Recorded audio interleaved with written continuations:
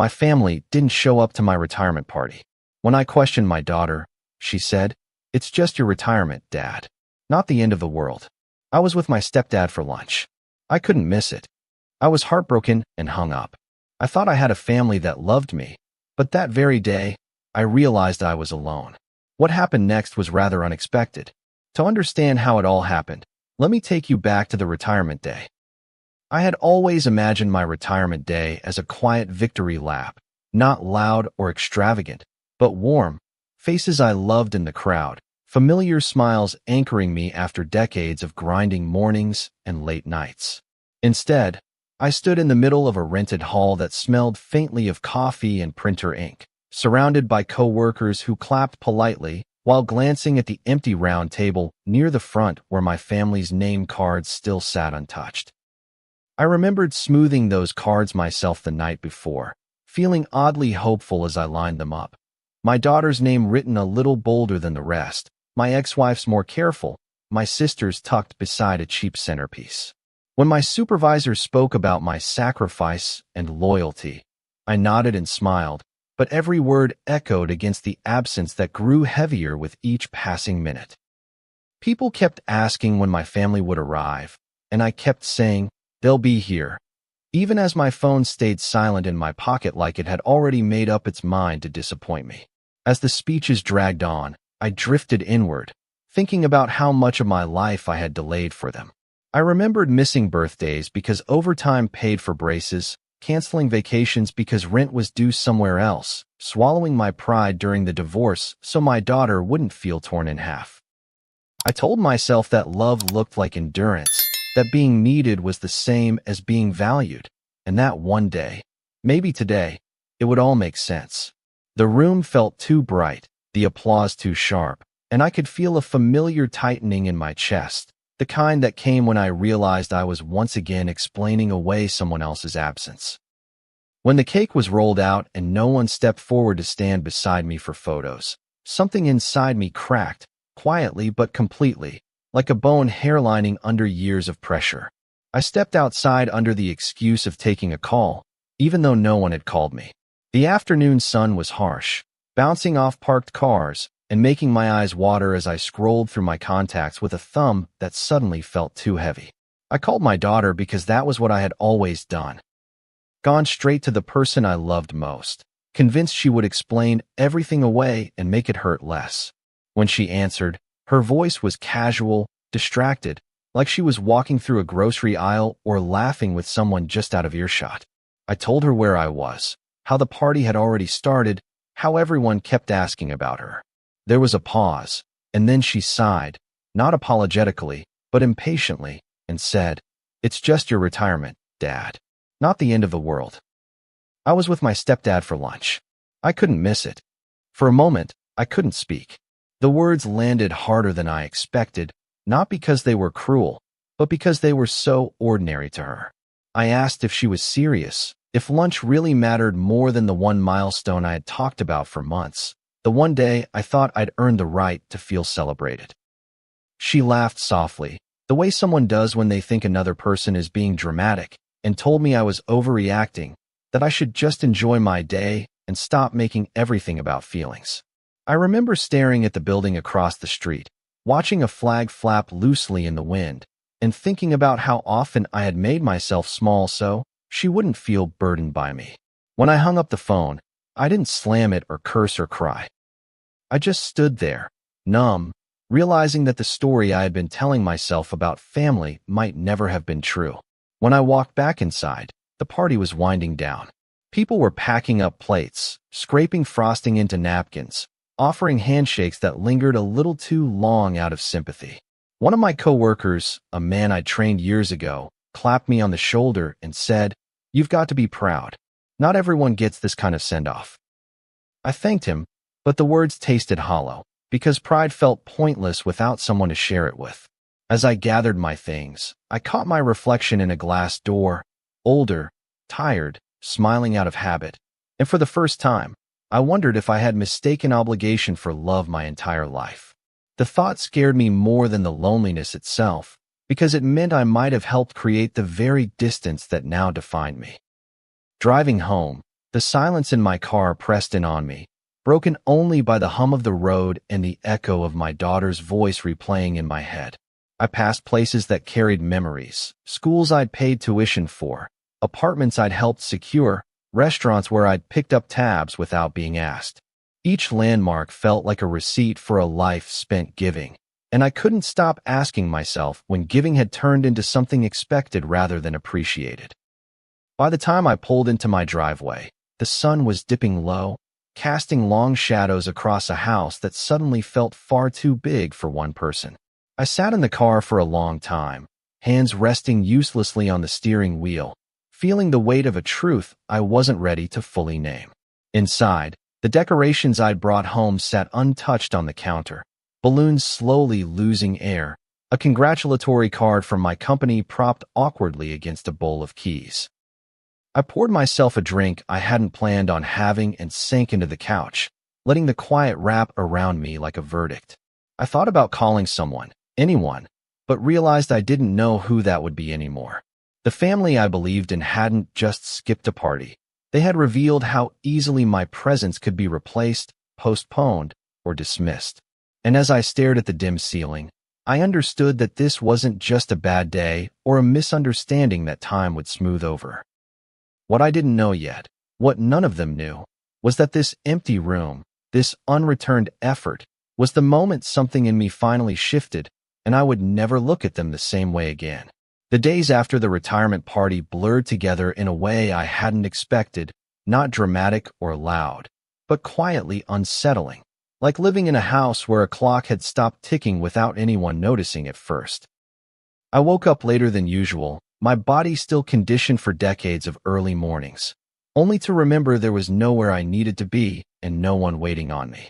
Coffee tasted flat.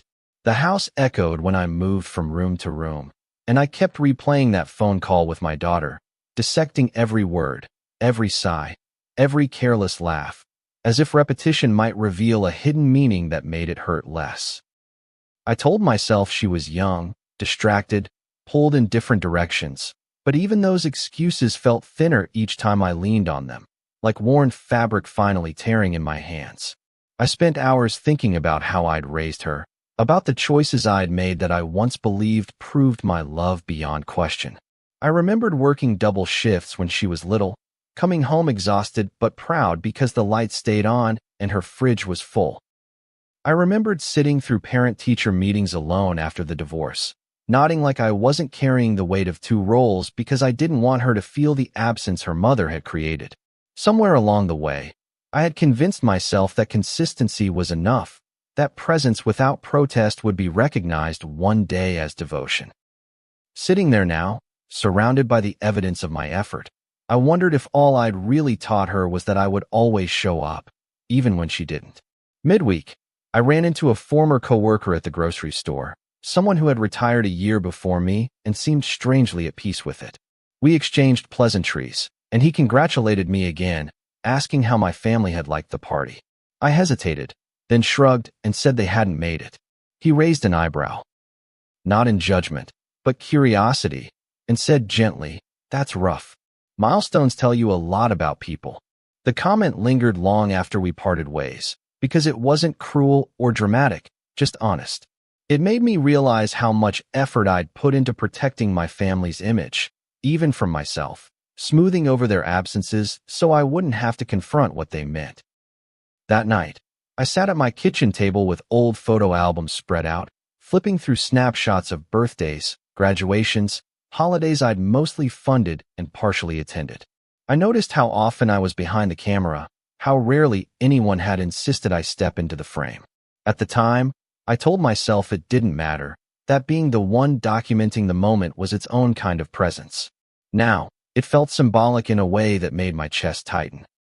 I wasn't sure when I'd become so easy to overlook, but the pattern was suddenly impossible to ignore, and that realization carried a quiet grief that settled deep, heavier than anger, harder to shake. A few days later, my phone buzzed with my daughter's name. I stared at it longer than I should have, my heart reacting before my mind caught up, because hope has a way of surviving even after it's been wounded. I answered, expecting, maybe foolishly, an apology, or at least an acknowledgement of how much she'd hurt me. Instead, she launched straight into her problem, her voice tight with stress as she explained she was short on rent and needed help, just for this month. She spoke quickly, like time was against her, and when she finally paused, it wasn't to ask how I was, but to wait for my predictable reassurance. I remember taking a deep breath, feeling something unfamiliar settle over me, not anger, but clarity. I told her, calmly, that I couldn't help her this time, that maybe she should ask her stepdad since they'd been close enough to prioritize lunch over my retirement. There was a stunned silence on the line, followed by a sharp edge in her voice I hadn't heard before. She accused me of being petty, of holding a grudge over something small, of choosing pride over family. As she spoke, I realized she truly didn't understand why I was hurt, or worse, she understood and didn't think it mattered.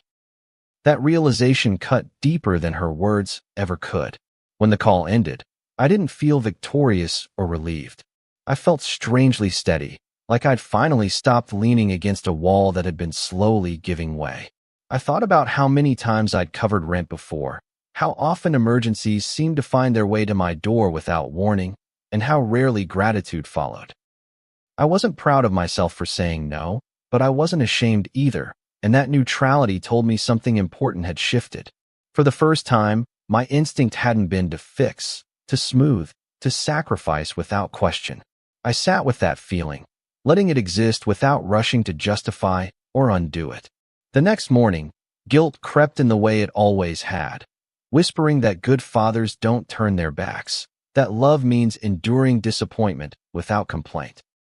I paced my living room, arguing with myself like I'd done so many times before, replaying her childhood, reminding myself of her struggles, trying to convince myself that my feelings were less important than her needs. But the argument didn't land the same way anymore. I couldn't ignore how quickly she dismissed my pain, how easily she'd labeled my boundary as cruelty. It dawned on me that guilt had been the leash that kept me useful, and recognizing it made me uncomfortable in a way that felt necessary. By the end of that week, messages began trickling in from other family members, casual check-ins that felt oddly timed, asking how retirement was treating me, whether I was adjusting okay. I replied politely, briefly, not offering more than was asked, and noticed how quickly the conversations dried up without emotional labor from my side. It was subtle, but telling, and it confirmed something I was only just beginning to accept. My value in this family had been tied to what I provided, not who I was. Letting that truth settle was painful, but it was also clarifying, like finally seeing a wound clearly enough to understand why it never healed. As I lay in bed one night, staring at the ceiling, I realized that the retirement party hadn't been the betrayal. It had been the reveal. The missed chairs, the dismissive phone call, the rent request without remorse were all pieces of the same picture, one I'd refused to assemble for years. I didn't know yet what I was going to do with that knowledge, only that I couldn't unknow it.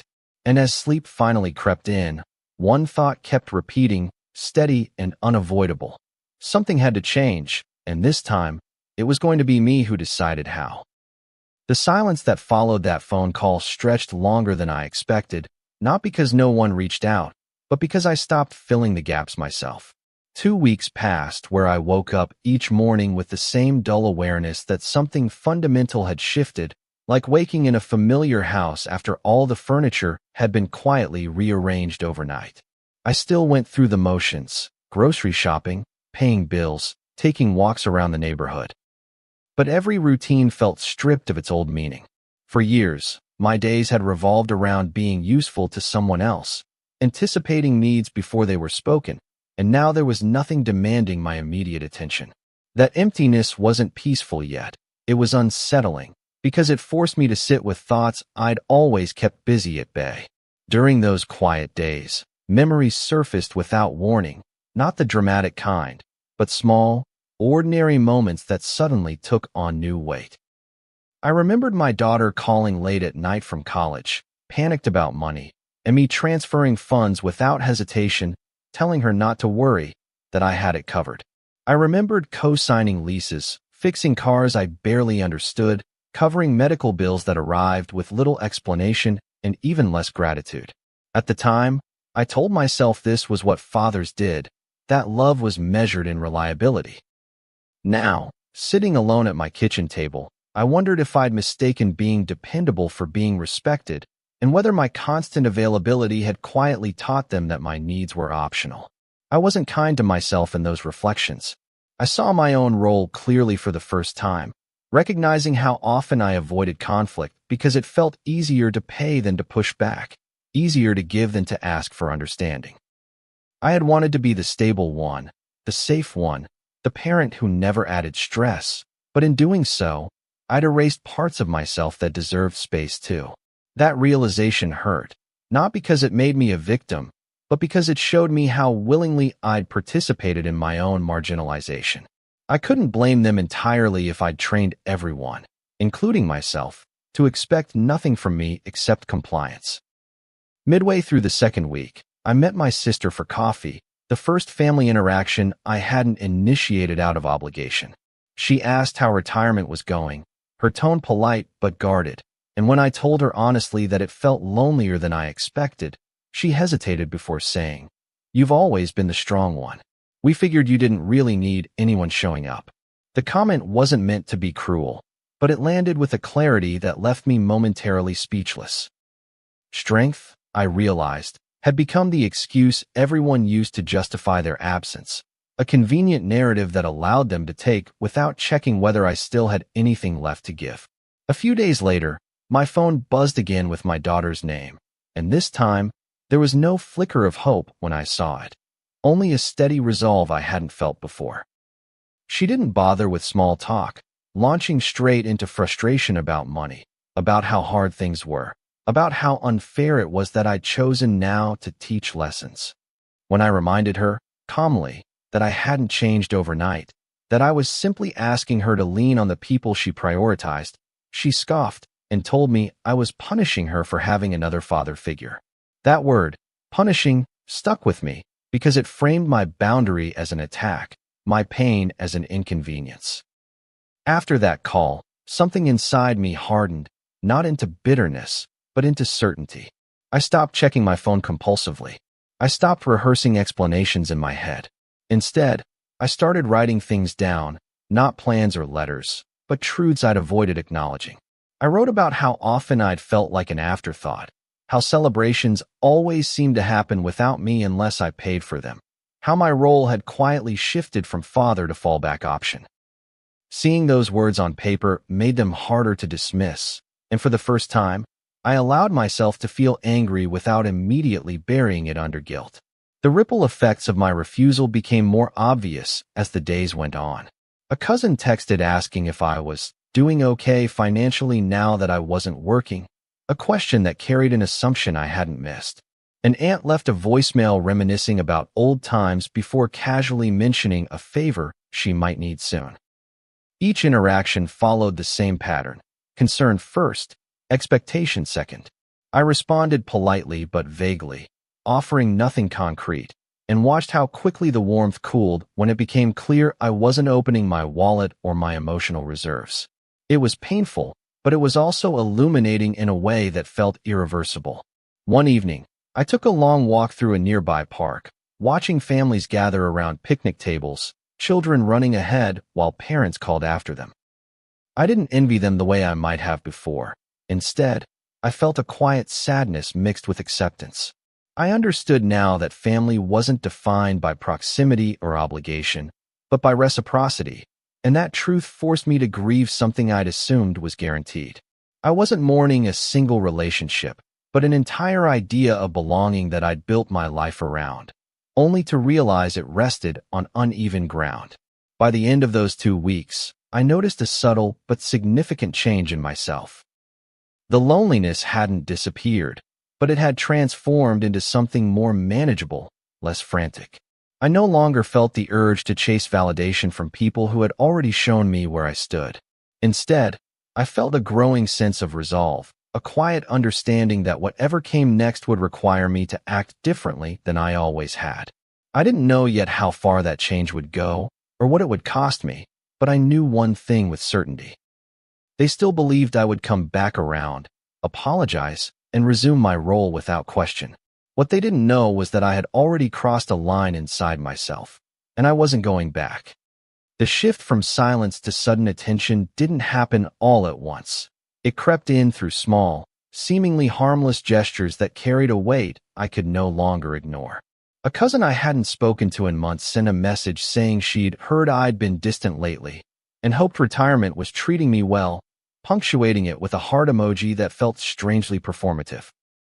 An old family group chat I'd muted years ago sprang back to life with jokes about me finally having time on my hands, as if my availability were a communal resource now up for redistribution. I read these messages slowly, noticing how none of them acknowledged the party, the phone call, or the weeks of absence that preceded this renewed interest. It felt less like concern and more like a head count, as though they were checking whether the familiar version of me was still standing where they'd left him. The real twist came from someone I hadn't expected to hear from at all, my niece, who called one evening sounding awkward and apologetic before admitting she felt uncomfortable carrying something she thought I deserved to know. She told me, hesitantly, that the family had talked about my retirement party ahead of time, that everyone knew the date and location, and that the general consensus had been that I wouldn't mind if they skipped it because I was not the sentimental type. Hearing that phrase out loud felt surreal, like discovering I'd been assigned a personality I didn't recognize. She went on to explain that lunch with my daughter's stepdad had been planned deliberately, not accidentally, framed as more important because he'd been feeling unappreciated. I thanked her for telling me, my voice steady despite the dull ache spreading through my chest, and when we hung up, I sat in the dark for a long time, absorbing the realization that my hurt hadn't been an oversight. It had been a calculated assumption. That knowledge reframed everything that followed. When my sister showed up unannounced a few days later, arms open and smile wide, I watched her closely, noticing how quickly her warmth shifted into appraisal as she took in the house, the car in the driveway, the quiet that suggested I was alone. She talked about families sticking together, about how retirement could be dangerous if I isolated myself too much, and I listened without interrupting, letting her words pile up. Eventually, she mentioned my daughter's rent situation in passing, suggesting it might be easier if I helped just this once to smooth things over. I told her, calmly, that I wasn't interested in smoothing anything over, that I was interested in honesty. The smile slipped thin, replaced by something sharper, and she accused me of holding grudges instead of appreciating how lucky I was to have family at all. The escalation turned public sooner than I expected. A distant relative posted a photo from a family gathering I hadn't been invited to, captioned with a comment about people who confuse money with love, tagging no one directly, but making the message unmistakably clear. Friends from work reached out asking if everything was okay, and I felt a familiar urge to defend myself, to explain context and intention. Instead, I did something new. I said nothing. I let the implication hang there, trusting that anyone who truly knew me would recognize the gap between the accusation and the man they'd worked alongside for decades. That restraint felt uncomfortable, like leaving a door unlocked, but it also felt honest, because I was tired of shaping narratives to protect people who hadn't protected me. A few days later, my daughter confronted me directly, showing up at my house with anger barely contained behind practiced indignation. She accused me of turning the family against her by acting wounded, of embarrassing her by refusing to quietly fix the problem the way I always had. I listened as she spoke, noticing how often she framed my feelings as tactics, my boundaries as betrayals. When she said, "You're different now, and not in a good way," I realized she was right, just not in the way she intended. I told her I wasn't interested in being the version of myself that made everyone else comfortable at my expense, and the look on her face, shock mixed with disbelief, confirmed how deeply she'd relied on that version existing. After she left, the house felt heavier, but also clearer. I began to see the pattern for what it was: affection offered when compliance was expected, concern voiced when access felt threatened. The hypocrisy was no longer subtle, and recognizing it stripped away whatever doubt I'd still been carrying. I wasn't imagining the imbalance. I'd been living inside it. That night, I sat at my desk and organized years of paperwork I'd avoided, not with urgency, but with intention, considering questions I'd never allowed myself to ask about legacy, worth, and choice. The more I thought about it, the more certain I became that continuing as I had would only confirm the narrative they'd already written for me. By the end of that week, I stopped wondering whether I was being unfair and started wondering why it had taken me so long to notice. The mask had slipped, not just theirs, but mine, and I understood now that the version of me they missed was the one who never said no. What they didn't realize was that I had already begun deciding what came next, quietly and deliberately, while they were still arguing over the past. And when I finally made that decision, it was going to change everything they thought they knew about me. By the time I accepted that nothing about this situation was temporary, my thoughts had shifted from reaction to reflection, from absorbing blows to quietly choosing where I would stand when the dust settled. I stopped replaying conversations in my head, stopped drafting imaginary apologies I would never send, and started asking myself questions I had postponed for years. What did I actually want my life to look like now that no one was waiting for me to fix things? What did peace feel like when it wasn't tied to someone else's approval?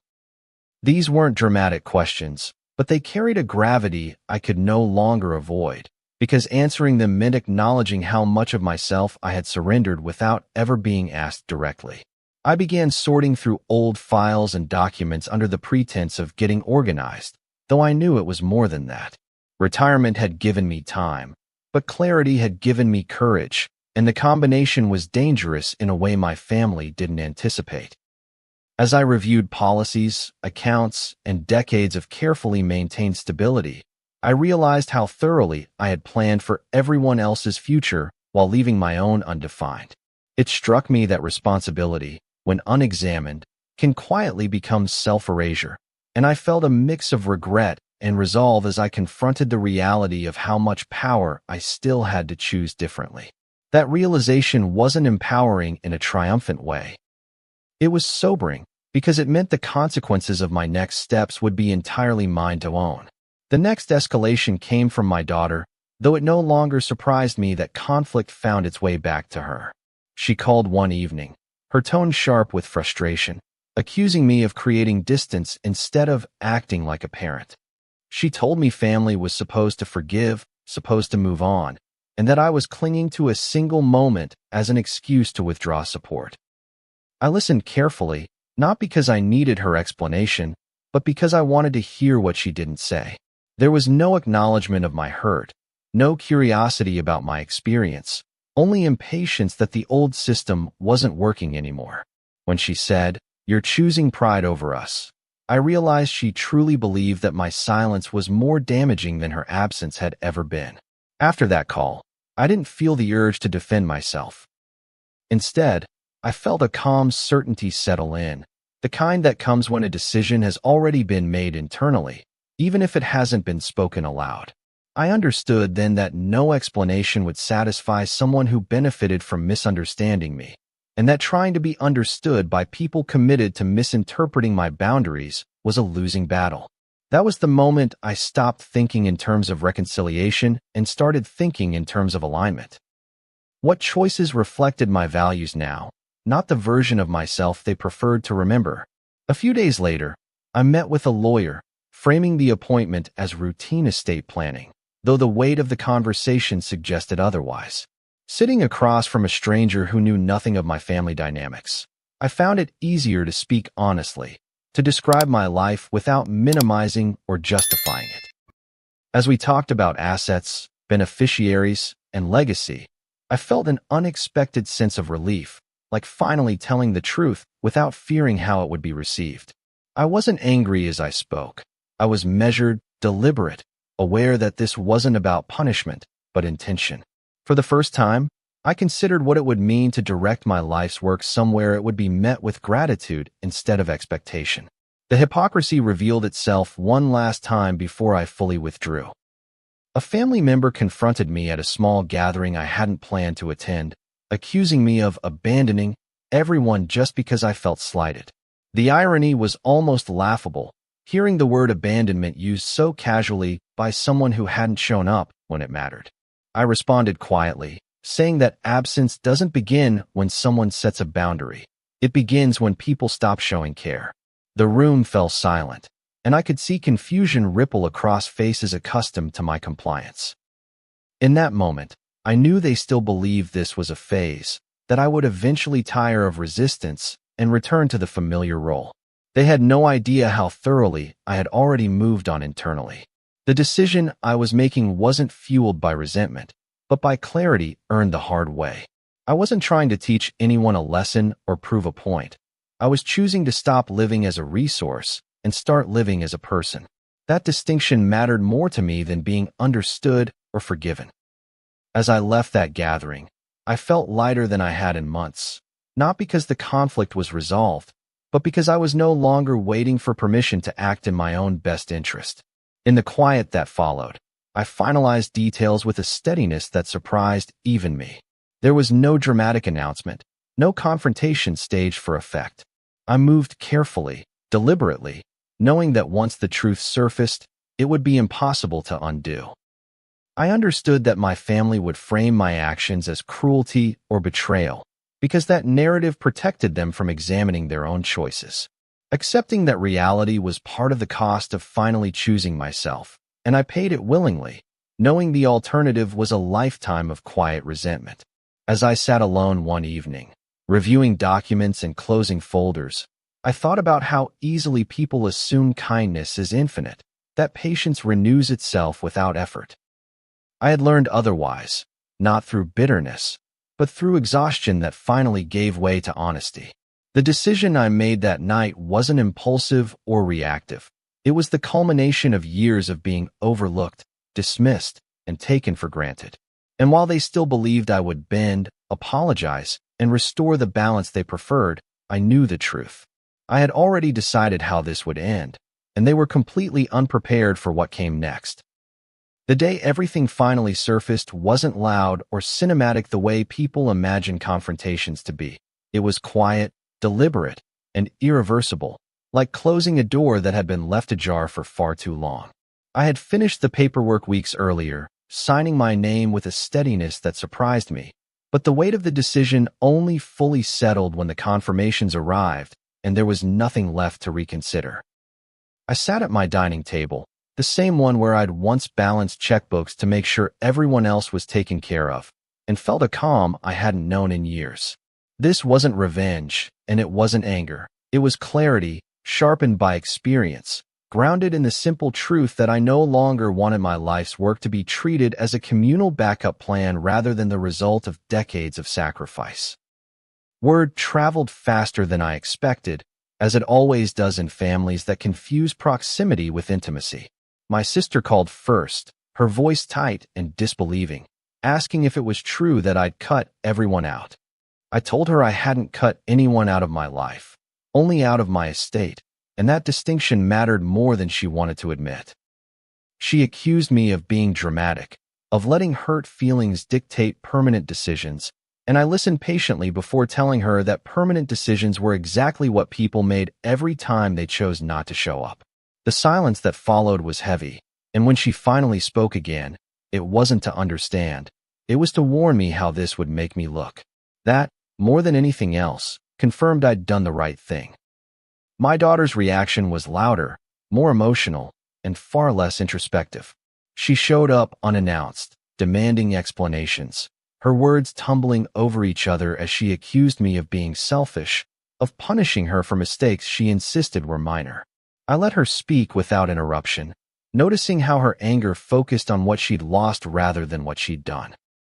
When she finally paused, I told her calmly that I hadn't made this choice because of one missed party or one phone call, but because of a pattern that had taken me years to admit. I said I needed my legacy to reflect values I could stand behind, not obligations I'd outgrown. She called me cruel, said family didn't abandon family, and I replied quietly that family also didn't dismiss each other when it mattered most. The accusations didn't stop there. Extended relatives chimed in, some outraged, some performatively saddened, all united by the sudden urgency of my independence. They called me cold, vindictive, ungrateful for the relationships I'd been given, as if connection were something bestowed rather than built. I didn't argue with them. I didn't explain myself repeatedly or offer compromises to soften the blow.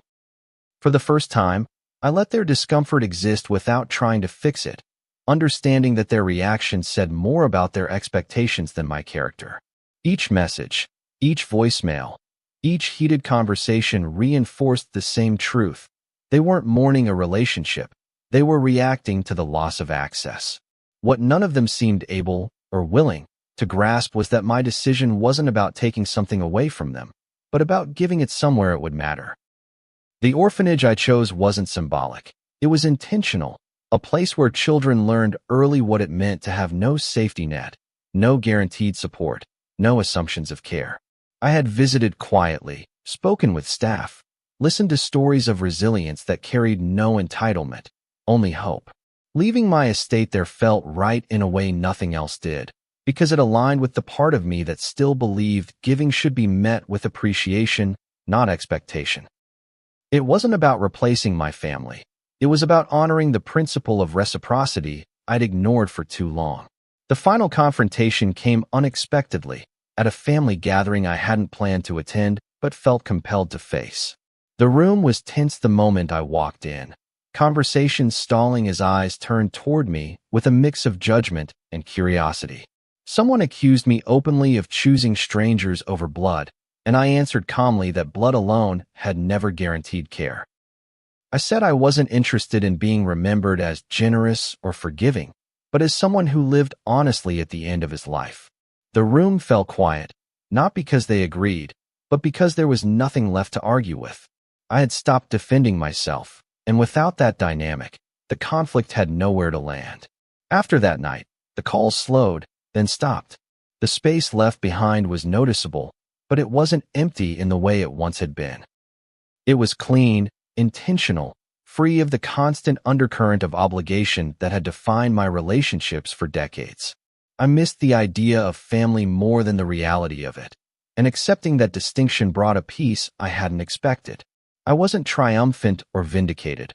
I was simply done negotiating my worth. The loneliness that remained felt honest, not imposed, and that honesty mattered more to me than forced connection ever had. I didn't walk away from my family to hurt them. I walked away to protect the part of myself that had been quietly eroding under years of being overlooked and undervalued. Setting that final boundary wasn't an act of cruelty. It was an act of self-respect, long overdue and deeply necessary. I had spent a lifetime showing up for others, and now, at the end of one chapter and the beginning of another, I finally showed up for myself. That choice cost me relationships I once believed were unbreakable, but it gave me something far more valuable in return: clarity, dignity, and peace. If you've ever been pushed to the point where choosing yourself meant being misunderstood by the people you loved most, you're not alone. Share your story in the comments if this resonated with you. And don't forget to like, share, and subscribe for more real stories about standing your ground when it finally matters. See you soon in the next story.